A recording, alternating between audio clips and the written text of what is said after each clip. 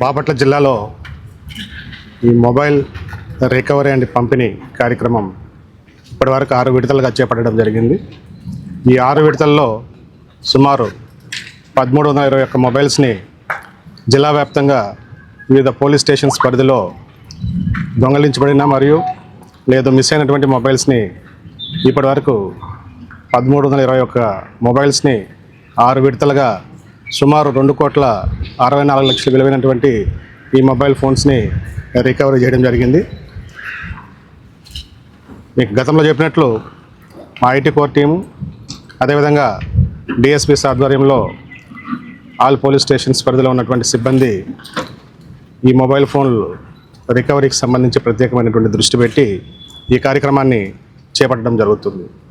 ఈ 6వ విడతలో భాగంగా గత జూన్ మాసంలో సుమారు 196 మొబైల్స్ని వివిధ స్టేషన్స్ పరిధిలో దొంగతనం చేయబడిన లేదు మొబైల్స్ పోగొట్టుకున్నటువంటి వ్యక్తులకు సంబంధించి సుమారు 196 మొబైల్స్ని కాస్ట్ వర్త్ 39,20,000 రూపాయలు విలువైనటువంటి 196 మొబైల్స్ని ఈ 6వ విడతలో భాగంగా రికవరీ చేసి పోగొట్టుకున్నటువంటి బాధితులకి ఈరోజు అందజేయడం జరుగుతుంది.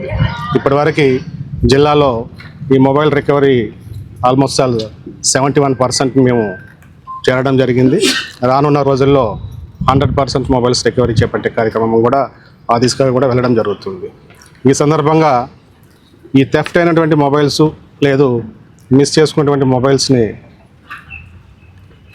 సెకండ్ హ్యాండ్లో కొని నష్టపోయినటువంటి బాధితులను కూడా పిలవడం జరిగింది.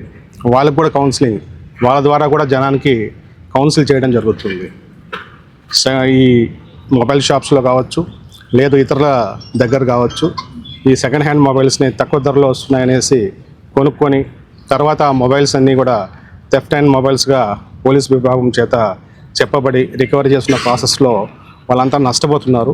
కాబట్టి వన్స్ అగైన్ పబ్లిక్కి నేను చెప్తుంది, పోలీస్ విభాగం తరఫున చెప్తుంది ఏమంటే ఎవరు కూడా సెకండ్ హ్యాండ్స్లో మొబైల్ కొనేటప్పుడు సరైనటువంటి బిల్లుల్ని ఆ కన్సర్న్డ్ సెల్లర్స్ దగ్గర నుంచి ఎవరైతే అమ్ముతున్నారో మీకు షాప్స్లో మీకు తక్కువ రేట్ అని చెప్పేసి అమ్మడానికి ప్రయత్నం చేస్తున్నారో వారి దగ్గర బిల్లులు అనేది మీరు అడగాల.